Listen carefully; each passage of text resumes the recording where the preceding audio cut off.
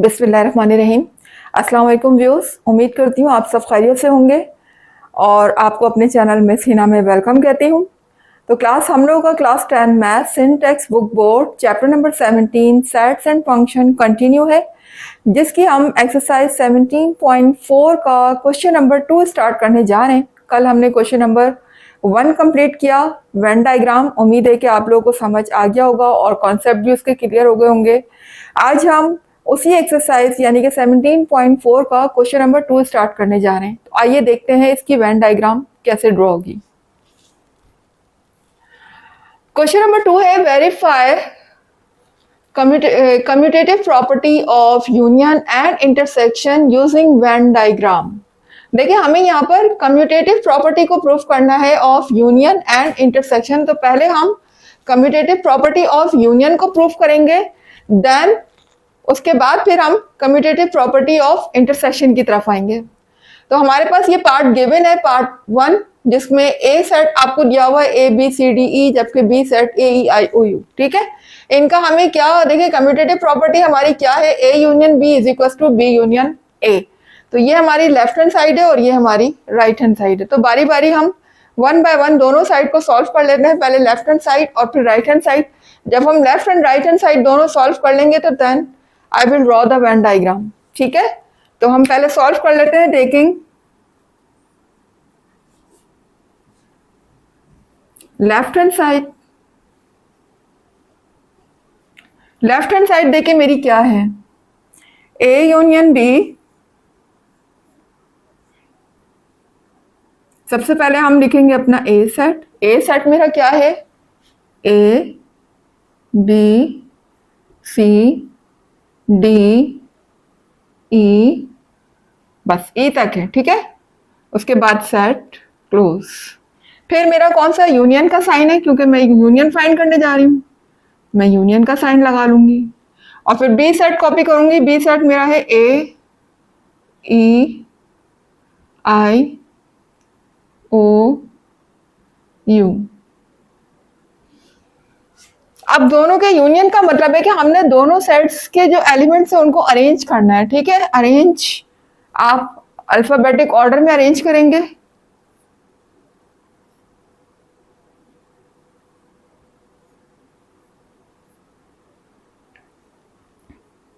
Alphabetic order के मुताबिक पहले तो देखेंगे अल्फाबेट से ही चल रहे हैं, A B C D E, F नहीं है, जी नहीं है, एच आई है। ठीक है, आई जे के एल एम एन ओ ओ। ठीक है, ओ के बाद फिर जाहिर है और तो कोई है नहीं, O P Q R S T U, फिर हम लिखेंगे यू। बिल्कुल सेम अल्फाबेटिक ऑर्डर के हिसाब से इनको अरेंज कर देंगे, जो जो अल्फाबेट पहले आते हैं उनको पहले और जो बाद में आते हैं उनको बाद में। ये मेरा आ गया ए यूनियन बी। अब साथ ही मैं अपनी राइट हैंड साइड भी सॉल्व कर लेती हूँ। तो ये देखिएगा यहाँ पर मैं सॉल्व कर रही हूँ अपनी राइट हैंड साइड। तो यहाँ लिख दीजिएगा टेकिंग राइट हैंड साइड। ठीक है, तो राइट हैंड साइड में मुझे क्या फाइंड करना है, बी यूनियन ए। तो पहले मैं अपना सेट कॉपी कर लूंगी, बी। बी सेट है मेरा ए ई आई ओ यू, फिर यूनियन का साइन, और ए सेट मेरा है ए बी सी डी ई।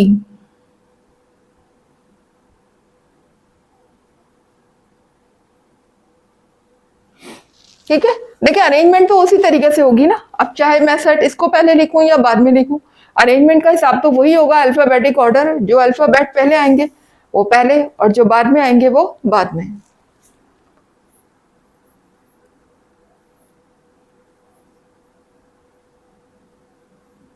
तो देखें यहाँ पर ए बी सी डी ई, ठीक है, आई ओ यू।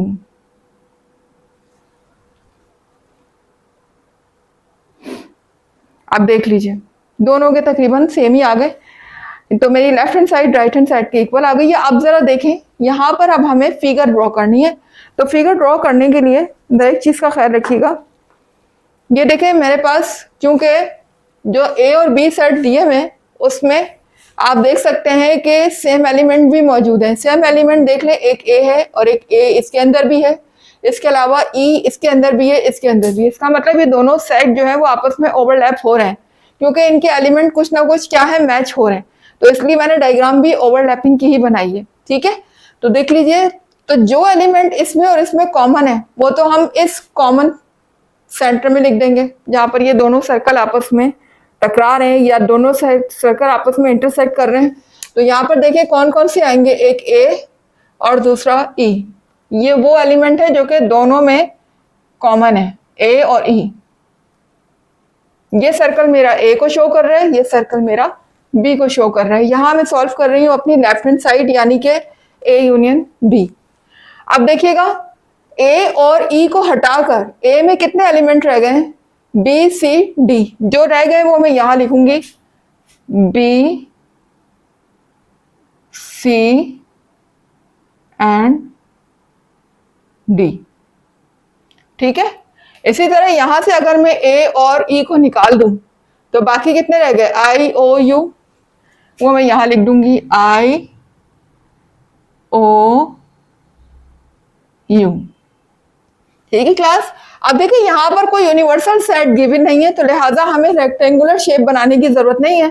अगर हमारे पास यूनिवर्सल सेट भी होता तो फिर हम इसको रेक्टेंगुलर बॉक्स में मेंशन करते और वहां यू लिखते ताकि वो यूनिवर्सल सेट को रिप्रेजेंट, लेकिन यहाँ तो कोई यूनिवर्सल सेट है ही नहीं तो there is no need to represent universal set.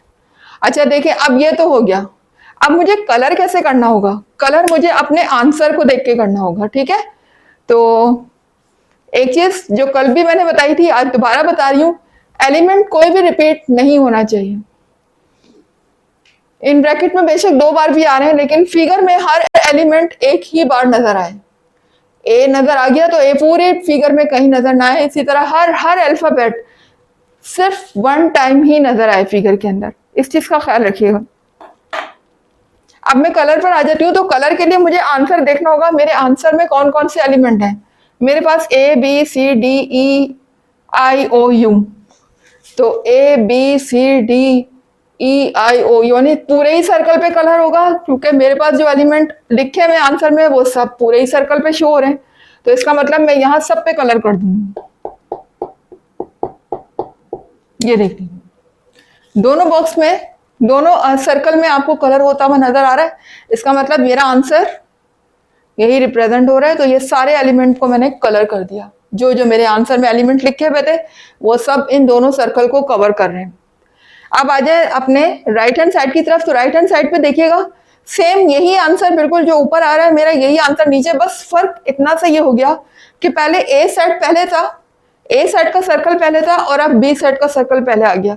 क्योंकि ये क्या है, बी यूनियन ए है तो अब बी पहले आ गया, ए बाद में चला गया।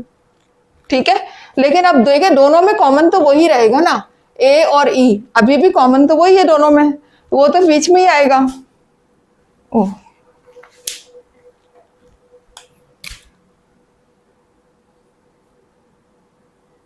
ये तो देखें बिल्कुल सेंटर में ही आएगा, कॉमन तो जब भी वही रहेगा चाहे मैं सेट को आगे लिखूं या पीछे लिखूं।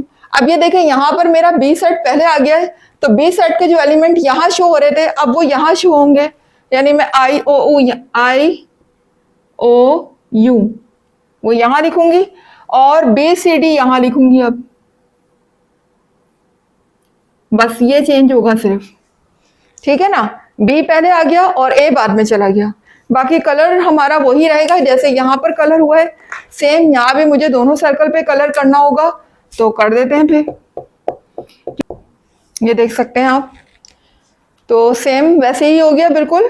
जो थोड़ा बहुत चेंज था बस वो यही था कि बी पहले आ गया, ए बाद में चला गया। बाकी कलर इसमें भी दोनों में वही होगा क्योंकि मेरे आंसर दोनों के सेम है। तो क्लास उम्मीद है कि ये आपको समझ आया होगा कम्यूटेटिव प्रॉपर्टी ऑफ यूनियन। चलें अब अपनी नेक्स्ट प्रॉपर्टी की तरफ चलते हैं, इसी की कम्यूटेटिव प्रॉपर्टी ऑफ इंटरसेक्शन। जी क्लास, तो देख लीजिए हमारा पार्ट वही है, पार्ट 1। सिर्फ और सिर्फ हमारी क्या चेंज हुई है, प्रॉपर्टी चेंज हुई है। अब पहले हमने यूनियन से सॉल्व किया था commutative property of union, now we are going to prove commutative property of intersection. ठीक है, तो अब हम इंटरसेक्शन से सॉल्व करेंगे। तो देखिए इंटरसेक्शन में जैसे कि नाम से जाहिर है, बस अब बजाय यूनियन के साइन आने के दोनों तरफ क्या आ गया हमारा, इंटरसेक्शन। तो A intersection B is equal to B intersection A हो गया। तो यही हम करेंगे, पहले लेफ्ट हैंड साइड सॉल्व करेंगे और फिर राइट हैंड साइड। तो लेफ्ट हैंड साइड में देखिएगा ए इंटरसेक्शन बी, मैंने ए सेट कॉपी किया हुआ है, इंटरसेक्शन बी सेट कॉपी किया हुआ है। तो अब इंटरसेक्शन में हम करते क्या है, जो एलिमेंट सेम होते हैं, जो कॉमन होते हैं, उनको सर्कल करते हैं। तो इसमें कॉमन कौन कौन से हैं, एक ए है, ए को सर्कल कर देंगे, और दूसरा ई है, ई सर्कल हो जाएगा। बस ये दो ही एलिमेंट है जो हमारे सेम है, बाकी तो कोई भी सेम नहीं है। तो हमारा हो जाएगा ए ई, ये मेरा आ जाएगा इंटरसेक्शन। इसी तरह से यहां देख लीजिए, सेम जाहिर है कि ये वाला सेट पहले आ जाए या बाद में चला जाए, तब भी कॉमन तो वही रहेंगे, एक ए कॉमन हो जाएगा और दूसरा ई। ठीक है, इस तरह से देख लीजिए दो दो। तो यहां भी मेरा सेट क्या हो जाएगा, ए और ई। अच्छा क्लास देखिए, फिगर में कोई फर्क नहीं आएगा, जैसे कि मैंने आपको कल भी बताया था कि डायग्राम हमारी चेंज नहीं होगी, जो डायग्राम थी वही रहेगी, क्योंकि स्ट्रक्चर पे कोई फर्क नहीं आता। देखिए आप उस वक्त भी हमारे यही सेट थे जब हम यूनियन सॉल्व कर रहे थे, और अब भी हमारे वही सेट है, सिर्फ प्रॉपर्टी चेंज हुई है, लेकिन सेट हमारे वही है। तो हम फिगर भी उसी हिसाब से बनाएंगे, ए और बी में कॉमन एलिमेंट वही उसी तरह सेंटर में लिखे जाएंगे, जो ए के बचेंगे वो हम ए में डालेंगे, और जो ई के बी के रिमेनिंग एलिमेंट होंगे वो हम बी में लिखेंगे सर्कल। इसी तरह से सेम यहाँ बी पहले आ जाएगा और ये बाद में चला जाएगा।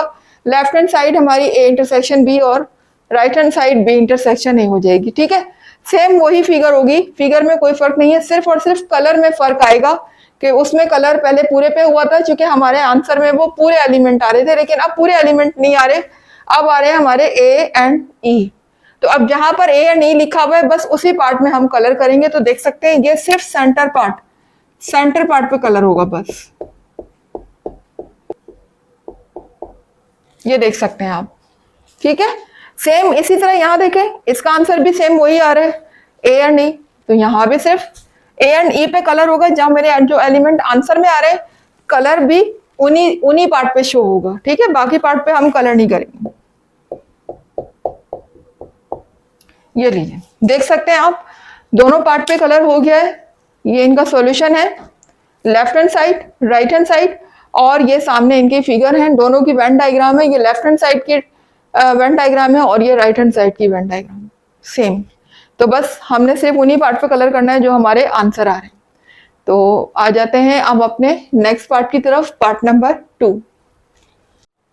तो क्लास क्वेश्चन नंबर 2 के पार्ट 2 पर आ गए हैं। अब हम देखें पार्ट 2 में जो है, जो हमारे सेट दिए हैं वो अब P एंड Q के नाम से, पहले A और B के नाम से थे और अब P एंड Q के नाम से हैं। तो कोई बात नहीं, जहां जहां A था वहां हम P लिख देंगे और जहां B था वहां हम Q लिख देंगे। तो देखिए सेट P मेरा दिया हुआ है 1 से लेकर 10 तक एलिमेंट, जबकि सेट Q में मेरे पास सारे इवन नंबर नजर आ रहे हैं आपको, 2 4 6 8 10। ठीक है, तो हम पहले अपनी फर्स्ट प्रॉपर्टी को प्रूफ करने जा रहे हैं, कम्यूटेटिव प्रॉपर्टी ऑफ यूनियन।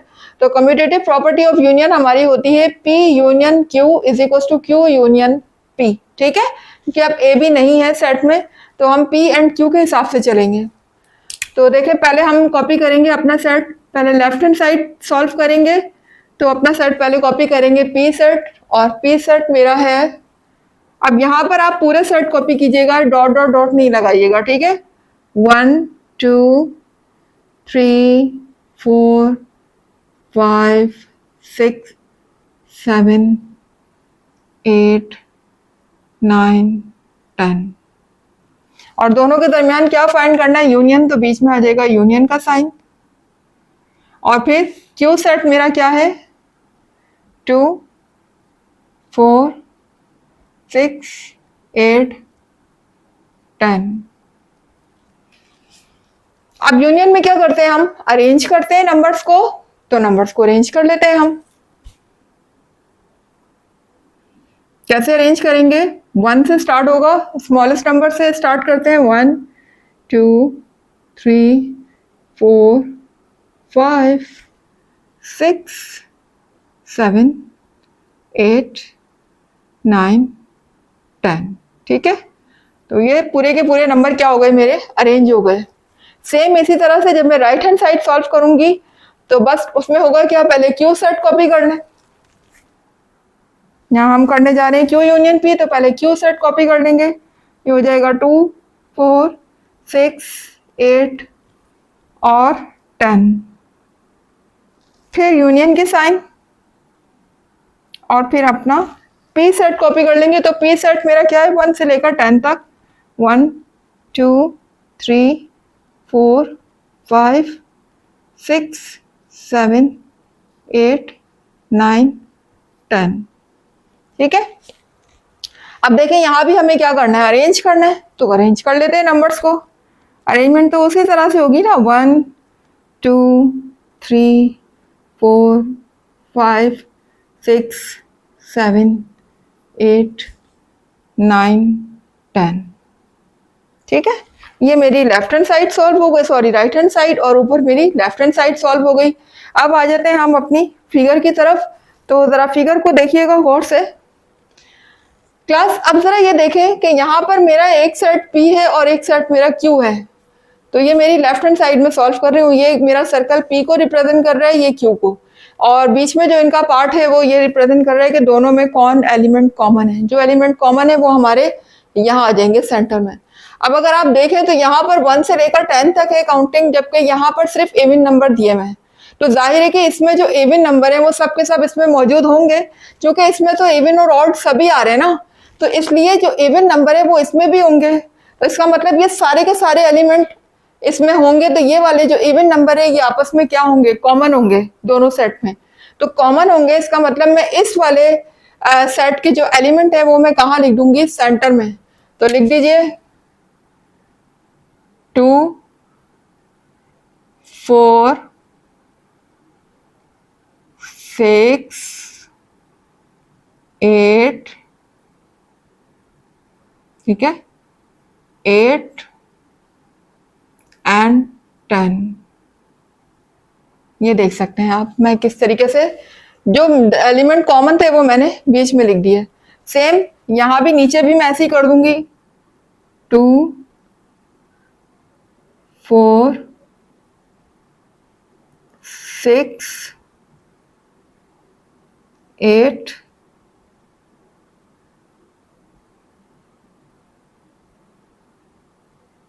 और 10। ठीक है, ये देख लें। इस तरीके से जो मेरे पास एलिमेंट थे वो मैंने कहाँ लिख दिए, कॉमन जो थे दोनों में, दोनों सेट्स में मेरे पास ये सेट, ये जो एलिमेंट है कॉमन है, तो वो मैंने दोनों को जहां पर ये दोनों सर्कल इंटरसेक्ट कर रहे हैं वहीं पर मैंने ये एलिमेंट लिख दिए।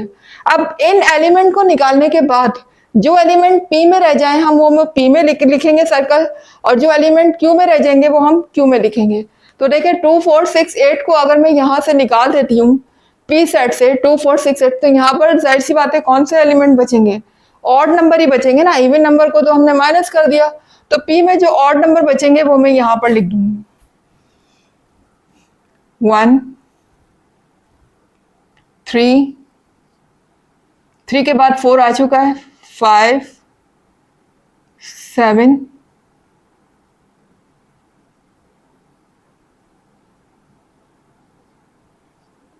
और 9। ठीक है, ये देख लीजिए, ये मेरे पास वो एलिमेंट आ गए जो कि मेरे पास पी में रिमेनिंग है। अच्छा, अब क्यू के जितने भी एलिमेंट थे वो सब के सब सेंटर में आ चुके हैं। ठीक है ना, तो क्यू में कोई भी एलिमेंट नहीं बचा, तो हम क्यू में कोई भी एलिमेंट नहीं लिखेंगे। सेम इसी तरह यहाँ देखें, अब अगर हम क्यू के एलिमेंट देखें तो यहाँ भी क्यू का एलिमेंट कोई बाकी नहीं है, चूंकि सारे के सारे कहाँ आ चुके हैं, सेंटर में आ चुके हैं। और ये हमारी वेन डायग्राम का रूल है कि जो एलिमेंट फिगर में एक दफा आ जाता है वो एलिमेंट कभी भी रिपीट नहीं होता, हर एलिमेंट फिगर में सिर्फ एक बार ही नजर आना चाहिए। तो ये आ चुके हैं, तो क्यू में अब कोई एलिमेंट बाकी नहीं बचा जो हम क्यू सेट को खाली छोड़ देंगे, और पी सेट में हमारा वही आ जाएंगे। अगर हम इवन नंबर को निकाल देते हैं तो बाकी ऑड रह जाएंगे। ऑड नंबर में हम यहाँ पर लिख देंगे 1 3 5 7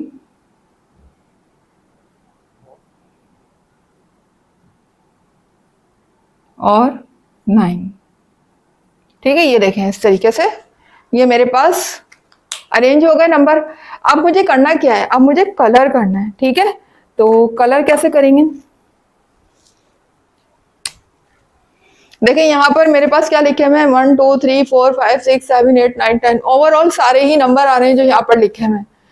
इसका मतलब कि मैं कलर कर दूंगी, और जाहिर है जहां पर मेरे पास एलिमेंट लिखे हुए कलर भी वही पार्ट होगा ना।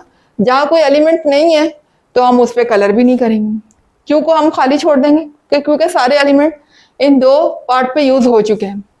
तो अब हम कलर करेंगे सिर्फ इन दो पार्ट पर, ये देख सकते हैं सिर्फ इन दो पार्ट पे कलर हुआ, क्योंकि मेरे आंसर में एलिमेंट लिखे हुए हैं वो इन्हीं दो पार्ट में मेंशन हो रहे हैं। इस हिस्से पे कोई एलिमेंट नहीं है तो हम इस पे कलर भी नहीं करेंगे। इसी तरह यहाँ देखिएगा, अब यहाँ पर जब हमने Q यूनियन P फाइंड किया तब भी हमारा वही आंसर आया, लेकिन अब हमारा कलर इन दो पार्ट पर होगा। ठीक है, तो हम इन दो पार्ट पे कर देते हैं क्योंकि ये एलिमेंट यहाँ पर शो हो रहे हैं, ये देख सकते हैं आप। ठीक है, देखिए दोनों फिगर पे कलर आपको नजर आ रहे हैं, शेड मैंने से दिखा दिया, आप लोगों ने पेंसिल कलर बिल्कुल ऐसे ही करने जैसे कि मैंने आपको दिखाया है। तो देखिए हमारी ये वाली प्रॉपर्टी मैंने आपको सॉल्व करके दिखा दी है थ्रू कैलकुलेशन भी, अगर आपने पहले भी कर चुके हैं, और थ्रू वेन डायग्राम भी बता दिए कि किस तरह से इनकी वेन डायग्राम बनेंगी।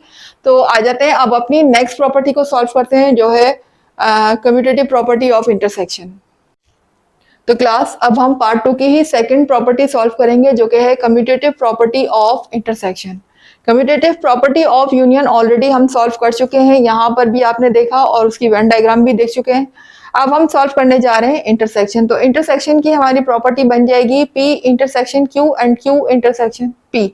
A और B की जगह सिर्फ चेंजिंग ये हुआ है कि P एंड Q आ गए। ठीक है, तो पहले हम सॉल्व कर लेते हैं अपनी लेफ्ट हैंड साइड। तो ऑलरेडी मेरे सेट लिखे हुए हैं, मुझे मालूम करना है P इंटरसेक्शन Q। तो पहले P सेट और फिर Q सेट। तो जनाब देख लेते हैं P सेट हमारा क्या होगा, P इंटरसेक्शन Q क्या होगा। अब इसमें कौन कौन से एलिमेंट है जो कि इंटरसेक्ट कर रहे हैं, देख सकते हैं आप तमाम के तमाम इवन नंबर जो है वो आपस में इंटरसेक्ट कर रहे हैं। ये देख लीजिए 2 है, 4 है, इसके तो तमाम ही एलिमेंट हो जाएंगे ना, क्योंकि इसमें सब एलिमेंट आ जाएंगे। ये सब के सब एलिमेंट क्या हो रहे हैं, इंटरसेक्ट हो रहे हैं।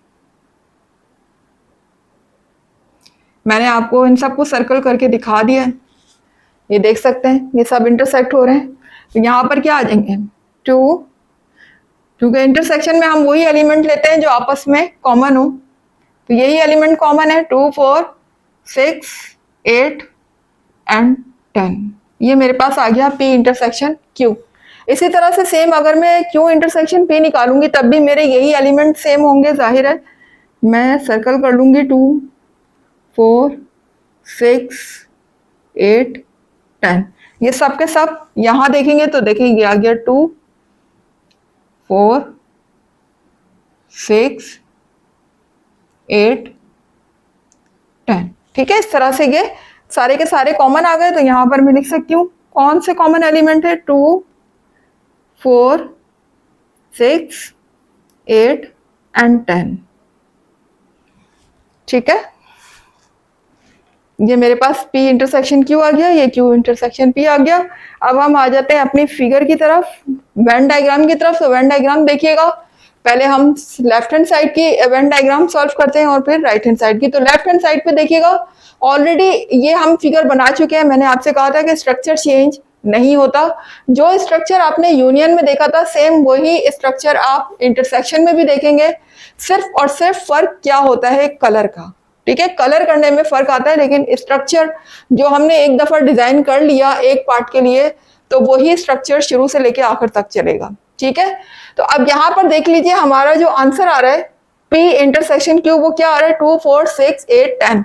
तो हमारी वेन डायग्राम में ये चीज कहाँ लिखी हुई है 2 4 6 8 10, ये देखिए सेंटर में लिखा हुआ है सिर्फ। तो हम अपने आंसर को शो किससे करेंगे, कलर से।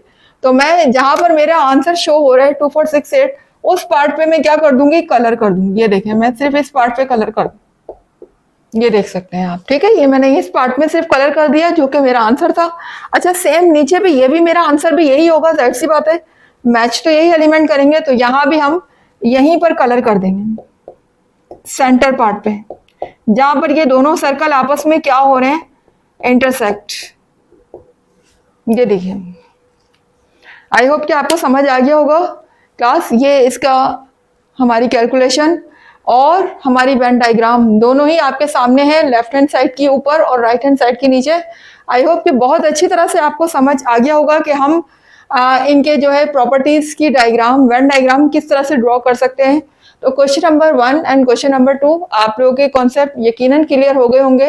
अगर नहीं हुए तो मेरी वीडियोस को कम से कम 2 या 3 बार जरूर देखें, उससे आपको सारे कॉन्सेप्ट क्लियर हो जाएंगे और इंशाल्लाह ताला आपको वेन डायग्राम बनाने आ जाएंगी। वेन डायग्राम बहुत ही ईजी है, ठीक है ना। सिर्फ और सिर्फ कमाल क्या है, स्ट्रक्चर को समझना। अगर स्ट्रक्चर समझ आ जाता है तो फिर कलरिंग करना कोई ऐसा मसला नहीं है। यही बात मैंने आपसे कल भी कही थी। तो बस फिगर के स्ट्रक्चर को समझने की कोशिश करें, ठीक है। और मुझे दीजिएगा इजाज़त। और अगर मेरे कॉन्सेप्ट आपको क्लियर हुए, अच्छा लगा, नॉलेज में इजाफा हुआ, तो मेरी वीडियो को लाइक कीजिए जल्दी से, चैनल को सब्सक्राइब करें, बेल आइकन को प्रेस करके ऑल पे क्लिक ज़रूर कीजिएगा ताकि आपको हर नई आने वाली वीडियो का नोटिफिकेशन सबसे पहले देखने को मिले। इसके अलावा क्लास मेरी वीडियोस को अपने रिलेटिव, स्टूडेंट, हर जगह जहाँ भी आपकी पहुँच है, जहाँ आप समझते हैं कि आप शेयर कर सकते हैं, मुख्तलिफ ग्रुप्स में आप क्या करें शेयर, इससे नॉलेज बढ़ता है, ठीक है। और मुझे दीजिएगा इजाज़त, कल तक के लिए इंशाल्लाह। अल्लाह हाफिज़।